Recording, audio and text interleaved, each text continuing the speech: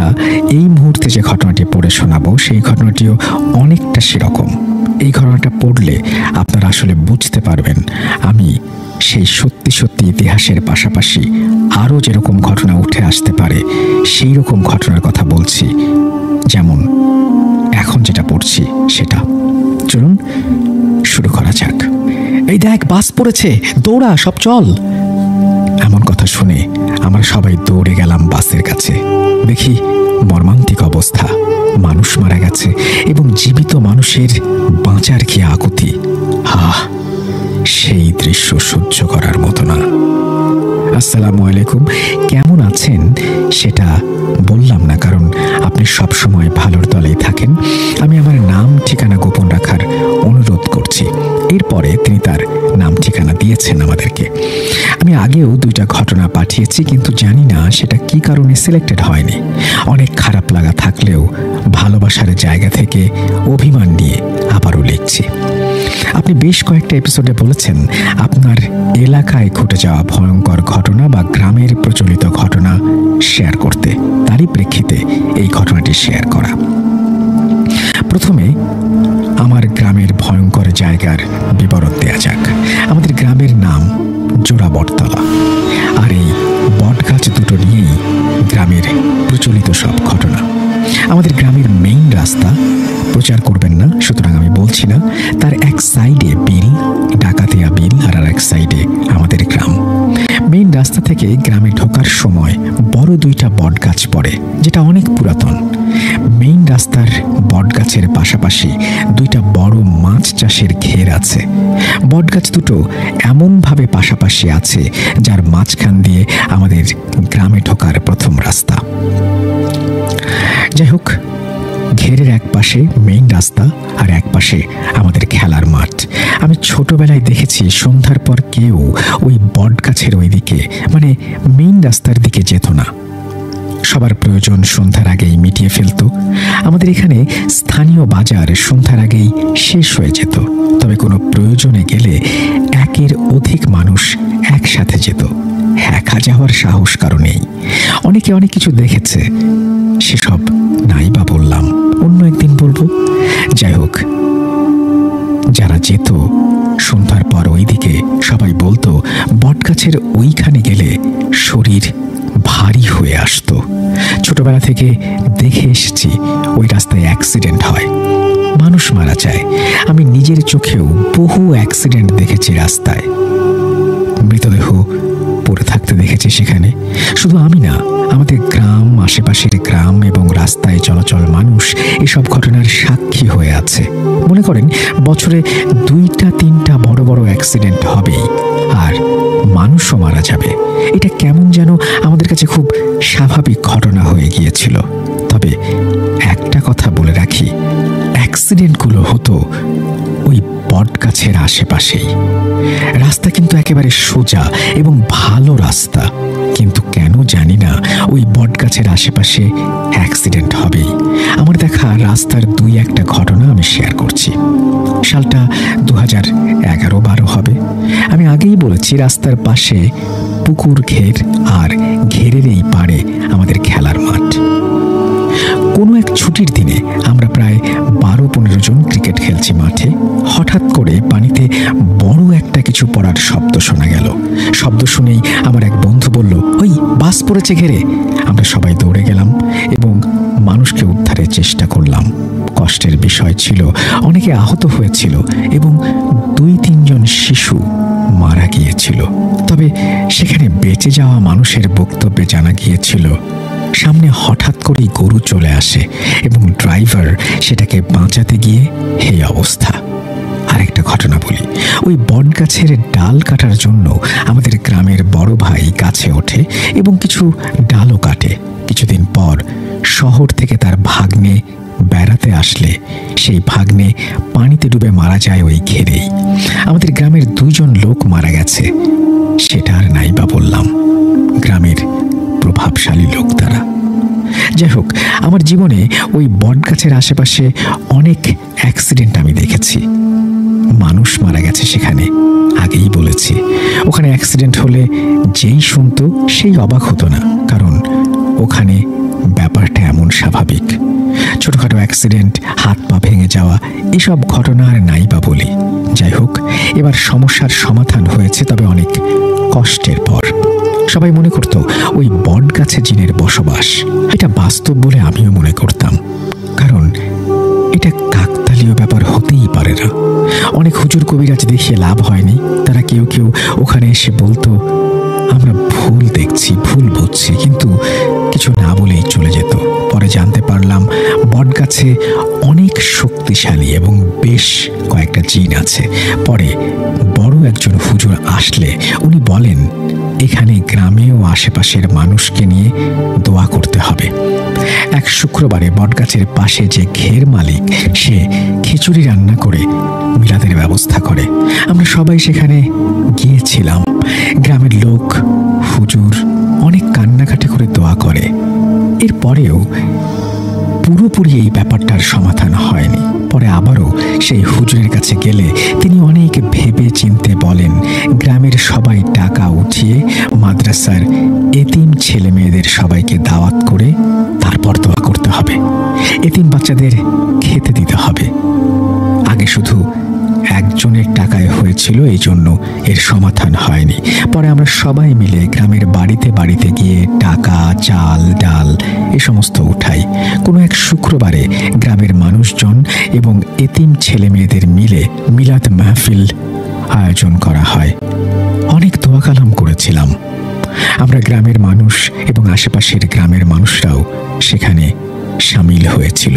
পরে হুজুর যেভাবে বলেছিলেন ওইভাবেই করেছিলাম। তারপর থেকে সেই সমস্যার সমাধান হয়ে যায়। এই ঘটনা 100% সত্যি। কেউ যদি যাচাই বাছাই করতে চান তাহলে আমাদের গ্রামে আসতে পারেন। এক গ্রামের এবং ইউনিয়নের মানুষ সবাই এটার সাক্ষী হয়ে আছে। ঘটনাটি অনেক কষ্ট করে লেখা। দয়া করে নাম ঠিকানা প্রকাশ করবেন না, এই বলে তিনি তার ঘটনা শেষ করেছেন। আমার কাছে ঘটনাটি ভালো লেগেছে, বাস্তবসম্মত মনে হয়েছে এবং একটি বিশেষ উদ্দেশ্যে শুরুতেই বলেছি আপনাদের সামনে উপস্থাপন করলাম। ভালো মন্দ বিচারের দায় বা ভার আপনাদের কাছে যদি ভালো লাগে তাহলে অবশ্যই কমেন্ট সেকশনে কমেন্ট করবেন, শেয়ার করবেন এই ঘটনাটি বন্ধু এবং আত্মীয় স্বজনের সাথে, এবং অবশ্যই আমাদের চ্যানেলটি সাবস্ক্রাইব করতে ভুলবেন না।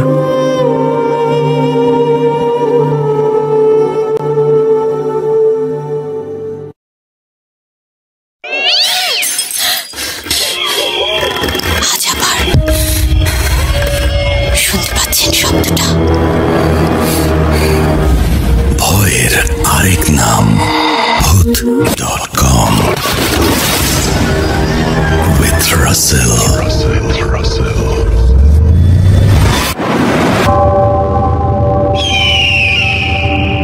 আর দুটি ঘটনা, আর আমাদের এই ঘটনাগুলো পড়ে শুনিয়েছেন শাকিল ফারহান। আমরা আপনাদের কাছ থেকেও এরকম ঘটনা চাই। আমরা চাচ্ছি যে আপনারাও ভূত.com পাঠানো ঘটনাগুলো পড়ে শোনান। আমরা খুঁজে বেড়াচ্ছি সেই সেরা কণ্ঠগুলোকে যারা আমার পাশাপাশি ভূত.com ঘটনা শোনাতে পারবেন। চলুন শুরু করা যাক। আসসালামু আলাইকুম, আশা করি ভালো আছেন। আমি ভূত FM এর সঙ্গে প্রায় 9 বছর ধরে রয়েছি। বর্তমানে ভূত.com শুনছি। আমি আপনার অনেক কাছের একজন মানুষ। আমার পরিচয়টি গোপন রাখার অনুরোধ রইল। আমি খুব ভালো করে গুছিয়ে লিখতে পারি না, তাই ঘটনার ভেতরের ভুল ত্রুটি ক্ষমা সুন্দর দৃষ্টিতে দেখবেন।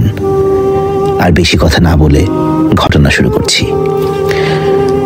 ঘটনাটি 2 ভাগে ভাগ করা রয়েছে। একটি যখন আমি ক্লাস 3-তে পড়ি, আর আরেকটি যখন আমি ক্লাস 5-এ পড়ি। প্রথমে শুরু করা যাক ক্লাস 3-র ঘটনাটা দিয়ে। আমরা একটা বাসায় ভাড়া থাকতাম। বাসাটি বেশ পুরনো। এই বাসায় আমার সাথে 2টি ঘটনা ঘটে। একদিন আম্মু আমাকে একা রেখে একটা কাজে বাইরে যায়। বাসায় বাবা না থাকায় আমি সম্পূর্ণ বাসায় একা ছিলাম, কিন্তু ভয়ের কোনো কারণ ছিল না, কারণ তখন দিন ছিল। আগেই বলে রাখি, এই বাসার বাড়িওয়ালা আর বাড়িওয়ালি মারা গিয়েছিলেন। বাসাটির ভাড়া তুলতেন বাড়িওয়ালার জামাই। বাড়িওয়ালারা থাকতেন 4 তলায়, আর আমাদের ফ্ল্যাটটি ছিল 3 তলায়। যাই হোক, ঘটনায় ফিরে যাই। যেদিন আম্মু আমাকে রেখে বাইরে চলে যায় সেদিন আমি শুনতে পাই উপর থেকে কে জানি অনেক জোরে দৌড়াদৌড়ি করছে। আমি তো জানি 4 তলায় কেউ থাকে না। তখন আমার প্রচন্ড ভয় হতে লাগলো। মনে হচ্ছিল এই বুঝি সামনে কাউকে দেখব। কিন্তু ওই দিনের মতন আম্মু বাসায় চলে আসে, আর আমি মনে করি সেটা বোধহয় মনের ভুল ছিল। তারপরে ঘটে আরো একটা ঘটনা। আমি আম্মুকে বলি, আম্মু আমার খিদা লেগেছে, আমি কিছু খাবো। এর আগে বলে রাখি, আমাকে আরবি পড়াতে একটা মহিলা আমাদের বাসায় আসতেন, এবং পড়াতে যখন উনি আসতেন ওনার ছোট মেয়েকে সাথে নিয়ে। যথারীতি আমার খেলনাগুলো দিয়ে ও খেলতো, কিন্তু খেলনাগুলো দিয়ে না খেলে ও মাঝে মাঝে আমার বারান্দা দিয়ে খেলনাগুলো ফেলেও দিত। তখন আমার খেলনার প্রতি অনেক আগ্রহ। আমাদের বাসার পিছনে একটা চিপা গলি রয়েছে, ঠিক আমাদের বারান্দার পেছনে। আমার মাথায় তখন ঘুরছিল যে আমি নিচে গেলে ওই চিপা দিয়ে উঠে আমি আমার খেলনাগুলোকে খুঁজবো। যেই ভাবা সেই কাজ। আমি কিছু টাকা নিয়ে বের হয়ে যাই বাসা থেকে, এবং সেই চিপার ফাটাতে একটা দেয়াল ছিল, তাই আমি খুব সহজেই সেখানে ঢুকতে পারছিলাম না। বলে রাখা ভালো, আমার হাইট তখন ভালোই ছিল। খেলনা তুলছিলাম, আর তুলতে তুলতে কিছুটা সামনে যেতেই লক্ষ্য করি কেউ জানি একজন দাঁড়িয়ে রয়েছে। অদ্ভুত সেই বস্তুটির সারা শরীর গোলাপি রঙের, পরনে তার শুধুমাত্র গোলাপি রঙের একটা হাফ প্যান্ট, 3-4টি চুল মাথায়। সেটির অবস্থা দেখে আমার যেমন ভয় লাগছিল তেমন হাসিও পাচ্ছিল। আমি একটু হাসতে হাসতে আর একটু ভয় করে তাকে জিজ্ঞেস করলাম, এই কে? চোখের পলকেই সে আমার দিকে এক বিভৎস দৃষ্টিতে তাকালো। তার অবস্থাটা ছিল একরকম ভাঙাচোরা, কিছু দাঁত জিহ্বা প্রায় গলা পর্যন্ত ঝুলে রয়েছে, চোখ দুটি আগুনের মতন লাল আর হলুদের মিশ্রণ। কিন্তু সে হাত দুটি সামনে দিয়ে জিভটা ঝোলায় আমার দিকে দৌড়ে আসতে লাগলো। আমি দ্রুত সামনে দেয়াল টপকে উপরে চলে যাই, আর পিছিয়ে ঘুরে দেখি কিছুই নেই। তারপর আমি প্রচন্ড ভয় পাই। এই ঘটনাটা আমি বাসার সবার সাথে শেয়ার করি, কিন্তু কেউ আমার কথা বিশ্বাস করছিল না।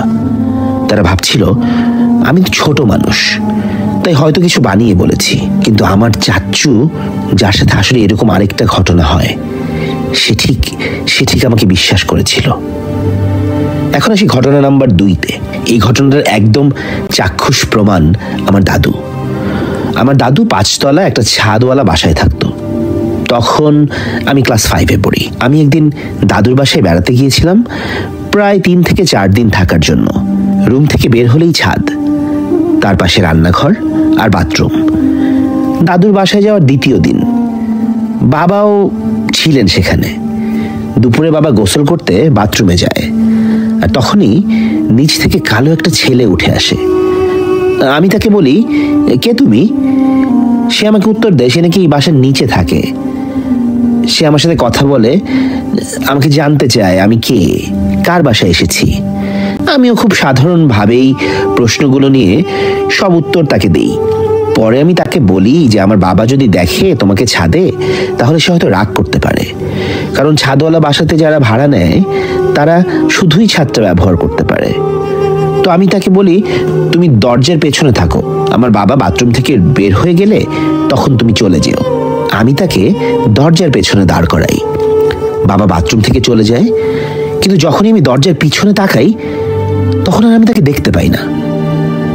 তখন আমি দেখি সে আবার সিঁড়ি দিয়ে উঠে ছাদের দিকে আসছে। আমি খুব অবাক হই। পরে ভাবি এখান থেকে নিশ্চয়ই কোনো রাস্তা রয়েছে যেখান দিয়ে ও হয়তো আবার সিঁড়ির দিকে চলে গিয়েছিল। তখন সে আমাকে বলে, তুমি আমার সাথে খেলবে? আমি তাকে উত্তর জানাই যে না, আমি খেলবো না, এখন আমার খাওয়ার সময় হয়েছে। কারণ তখন দুপুর বেলা ছিল। তখন সে আমার হাতকে খুব শক্ত করে ধরে। কি শীতল সে হাত! আমার মনে হচ্ছিল সে কোনো মানুষ না, আস্ত একটা স্টিলের খাম্বা। আমি বলছি, আমার হাত ছেড়ে দাও, আমার হাত ছেড়ে দাও। আমি চেষ্টা চালাই যাচ্ছি যেন ও আমার হাত ছেড়ে দেয়, কিন্তু সে একদম সোজাসুজি আমার চোখের দিকে তাকিয়ে দাঁড়িয়ে আছে। আমি খুব অবাক হলাম। তখন সে আমাকে বলে, তুই আমার আসল রূপ দেখবি। এই বলে সে তার অপর হাত দিয়ে তার মাথাটা পুরো 360 ঘুরিয়ে ফেলে। এটা দেখে আমি চিৎকার দিয়ে আল্লাহ বলে ডেকে উঠি। আল্লাহর রহমতে আমার হাতটা ছুটে যায়। তারপর আমি দৌড়িয়ে দরজার সামনে এসে পড়ি এবং দাদুকে সব ঘটনা খুলে বলি। আপনি প্রমাণস্বরূপ আমার দাদুর কাছে এই ঘটনাটা জিজ্ঞেস করতে পারেন। দাদু আমাকে দোয়া করে ফু দিয়ে দেন।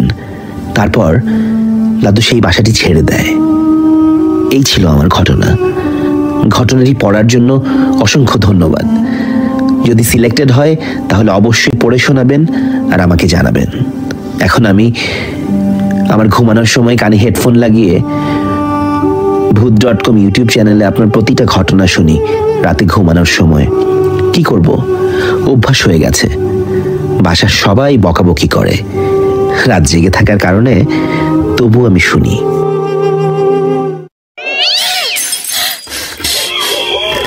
আজ আবার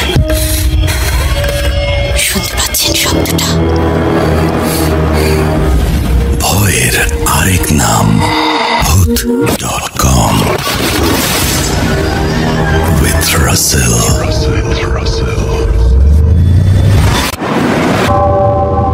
ওয়েলকাম ব্যাক। আপনাদের সবাইকে স্বাগত জানাচ্ছি অতীতের অন্ধকারে।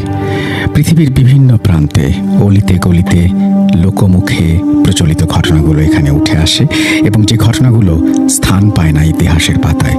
আজকে এরকম একটি ঘটনা আপনাদের শোনাতে চাই, যেভাবে লেখা আছে সেভাবেই পড়ে শোনাবো আমরা। আসসালামু আলাইকুম রাসেল ভাই, কেমন আছেন? জানি আপনি সবসময় ভালোর দলে থাকেন। আমি মোহাম্মদ জিয়াদুল ইসলাম। আমি নোয়াখালী জেলার হাতিয়া উপজেলার 1 নং হরিণী ইউনিয়ন থেকে বলছি।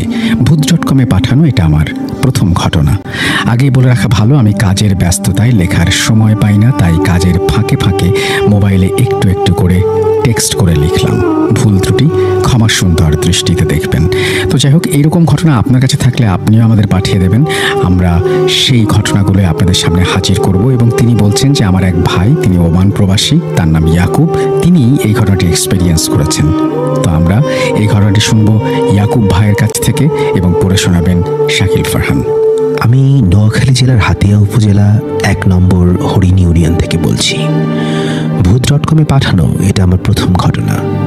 আগেই বলে রাখা ভালো, আমি কাজের ব্যস্ততায় লেখার সময় তেমন পাই না, তাই কাজের ফাঁকে ফাঁকে মোবাইলে একটু একটু করে টেক্সট করে লিখলাম।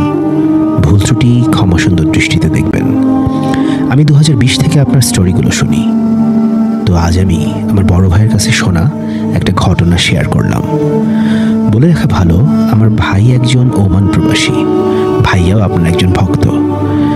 তো সেখানে কাজের ক্ষেত্রে আফ্রিকার এক লোকের সাথে ভাইয়ার ভালো একটা সম্পর্ক গড়ে উঠেছে। তার নাম মোহাম্মদ ইয়াকুব। তো একদিন ভাইয়া যখন বাসায় বসে কানে হেডফোন দিয়ে আপনার ঘটনা শুনতে লাগলো, তখন ইয়াকুব ভাই বললেন তার কাছেও এরকম একটা সত্য ঘটনা আছে, যেটা উনি ওনার বাবার কাছ থেকে শুনেছেন।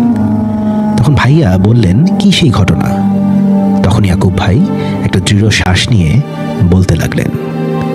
বলছেন ইয়াকুব ভাই, ঘটনাটা ঘটে 1960 থেকে 1965 সালের মধ্যে, যখন আমার বাবার বয়স 20 কিংবা 22 হবে। সাহারার দক্ষিণে আফ্রিকার গভীরে এক ঘন জঙ্গলের ভেতর ছোট্ট এক গ্রাম। গ্রামের নাম নজানোয়েলি। চারপাশে উঁচু মেহগনি গাছ, বিষাক্ত সাপ আর কুমির ভরা নদী। দিনের বেলায় গ্রামটা সাধারণ মনে হলেও রাতে নামলে বাতাস ভারী হয়ে যায়। গ্রামের বৃদ্ধরা বলতো, এই মাটি পবিত্র নয়, এখানে অভিশাপ আছে, রক্ত আছে আর আছে আগুন। শোনা যায় শত শত বছর আগে এখানে বন্দী করা হয়েছিল একদল ভয়ঙ্কর জিন, সংখ্যায় ঠিক 1180। তাদের বলা হতো আল আমসার, অশুভ, নৃশংস আর অদম্য। এরা মানুষের ভয়, রক্ত আর আত্মা খেয়ে বেঁচে থাকে। বর্ষার এক ঝড়ের রাতে গ্রামের কিশোর কালেমু নদীর ধারে মাছ ধরতে গিয়েছিল। জলে ছিপ ফেলতে ফেলতে তার পায়ের নিচের মাটি কেঁপে উঠল। হঠাৎ সে দেখল মাটির ভেতরে একটা কালো লোহার সিন্দুক। সিন্দুকটা বড়ই অদ্ভুত, গায়ে অচেনা আরবি হরফ খোদাই করা। কৌতূহলী কালেমো সিন্দুকটা টেনে তুলল। মুহূর্তেই চারপাশের বাতাস যেন ঠান্ডা হয়ে গেল। ওই দূরে শেয়াল হাউমাউ করে উঠল, আর পাখিরা হঠাৎ নীরব হয়ে গেল। সেই রাত থেকেই গ্রামে শুরু হলো অদ্ভুত সব ঘটনা। শিশুদের ঘরে অচেনা ছায়া নাচতে দেখা যায়, রান্নার হাঁড়িতে রক্ত জমে থাকে, গরু ছাগল মরে পড়ে থাকে আঙিনায়। তাদের শরীরে এক ফোঁটাও রক্ত থাকে না। রাতের অন্ধকারে নদীর ধারে শোনা যায় নারীদের করুণ আর্তনাদ। তখন গ্রামের বৃদ্ধরা বুঝে গেল রক্তের সেই সিন্দুক খুলে গেছে, আর বন্দি জিনগুলো মুক্ত হয়ে গেছে। গ্রামের শান্ত জীবন দ্রুত ভেঙে পড়তে লাগলো। এভাবে প্রতিদিনই জিনদের নৃশংসতা বাড়তে লাগলো। নারীদের উপর হামলা, রাতের আধারে জিনেরা গ্রাম থেকে নারীদের টেনে নিয়ে যেত গভীর জঙ্গলের ভেতর। পরদিন ভোরে তাদের পোশাক পাওয়া যেত নদীর ধারে, কিন্তু শরীরের কোনো হদিশ থাকতো না। গ্রামের শিশুদের দিয়ে ভয়ঙ্কর এক খেলা খেলতো তারা। একদিন গ্রামের এক মা দেখলো তার ছেলে আগুন নিয়ে খেলছে, কিন্তু ছেলেটির চোখে কোনো সজাগ চাহনি নেই। মুহূর্তেই সে ছাই হয়ে গেল। কিছু সুস্থ মানুষ হঠাৎ করেই পাগল হয়ে যেত। তারা তাদের পরিবারকে হত্যা করত আর চিৎকার করত, ওরা ওরা আমার শরীরে ঢুকছে, ওরা আমাকে ছাড়ছে না। পুরো গ্রাম ধীরে ধীরে এক নরকুণ্ডে পরিণত হলো। কেউ সাহস করতো না সেই সিন্দুক স্পর্শ করতে, কারণ সবাই জানতো একটু ভুল হলেই গোটা গ্রামটা ধ্বংস হয়ে যাবে। এভাবেই কাটতে লাগলো দিন। তখন দূরদেশ থেকে এক ভ্রমণকারী কবিরাজ আমিনী সেই গ্রামে আসলেন একদিন। তিনি লম্বা শুকনো গঠনের, সাদা দাড়িওয়ালা একজন বৃদ্ধ। গলায় ঝুলছে এক পান্নার তাবিজ, যাকে মানুষ সোলেমানি রত্ন বলে চিনত। তিনি গ্রামের মসজিদের সামনে দাঁড়িয়ে বললেন, এই অভিশাপ সাধারণ নয়। যেই জিনগুলো মুক্ত হয়েছে তারা সুলাইমান আলাইহিস সালামের যুগ থেকে শপথবদ্ধ জিন। তাদের ফেরত না পাঠানো গেলে এই গ্রাম মাটির সাথে মিশে যাবে। গ্রামের লোকজন তখন তাকে কেঁদে অনুরোধ করল, হুজুর আমাদের রক্ষা করুন। আমিনী বললেন, এর জন্য চাই এক রাতের যুদ্ধ, যেখানে ভয়ঙ্কর জিনদের সাথে মুখোমুখি লড়তে হবে, এবং সেই লড়াইতে হয়তো তার নিজের জীবনও চলে যাবে। অবশেষে কিছুদিন পরে অমাবস্যার রাতে নদীর মাঝের বালুচরে সেই সিন্দুক রাখা হলো। গ্রামের 15 জন সাহসী পুরুষ তাবিজ, মশাল আর কুরআন শরীফ নিয়ে কবিরাজের পাশে দাঁড়ালো। আমিনী ধীরে ধীরে চোখ বন্ধ করে সূরা পড়তে লাগলেন। প্রতিটি আয়াতের সাথে সাথে নদীর পানি ফেনিয়ে উঠল, বাতাস গর্জন করতে লাগলো, আর চারপাশের বাতাস হঠাৎ থেমে গেল। চারপাশে অদ্ভুত এক নীরবতা। তারপর হঠাৎই এক শীতল বাতাস বয়ে গেল, আর নদীর পুরো পানি কালো হয়ে গেল। এক এক করে তারা বের হতে লাগলো। কেউ আগুনের দেহ নিয়ে দাঁড়িয়ে আছে, কেউ সাপের মতন সরছে, কারো শরীর নেই, শুধু ভয়ঙ্কর চোখ ভেসে বেড়াচ্ছে চারদিকে। তারা হাসতে হাসতে কর্কশ কণ্ঠে বলতে লাগলো, আমরা ফিরে এসেছি, আমাদের রক্ত দাও, নইলে তোমরা সবাই মরবে। গ্রামবাসী ভয় পেয়ে গেল, কিন্তু আমিনী দাঁড়িয়ে রইলেন স্থির ভাবে। তিনি তাবিজ উঁচু করে চিৎকার করে সূরা পড়তে লাগলেন। বলার সাথে সাথে এক ঝলক সাদা আলো বের হলো তাবিজ থেকে। কিছু জিন গর্জন করে মাটিতে লুটিয়ে পড়ল, কিন্তু সবচেয়ে শক্তিশালী মারিদ জিনগুলো আগুনের স্রোত ছুড়ে দিল গ্রামবাসীর দিকে। আমিনীর দেহ পুড়ে যেতে লাগলো, কিন্তু তিনি থামলেন না। তিনি পড়তে লাগলেন সূরা জিনের আয়াত। তার গলার আওয়াজ নদীর গর্জনের মতো বেজে উঠল। হঠাৎ সিন্দুক থেকে ভয়ঙ্কর এক শব্দ ভেসে এলো। বেরিয়ে এলো, আর তীব্র আলোর ঝলকানি ছড়িয়ে পড়ল চারদিকে।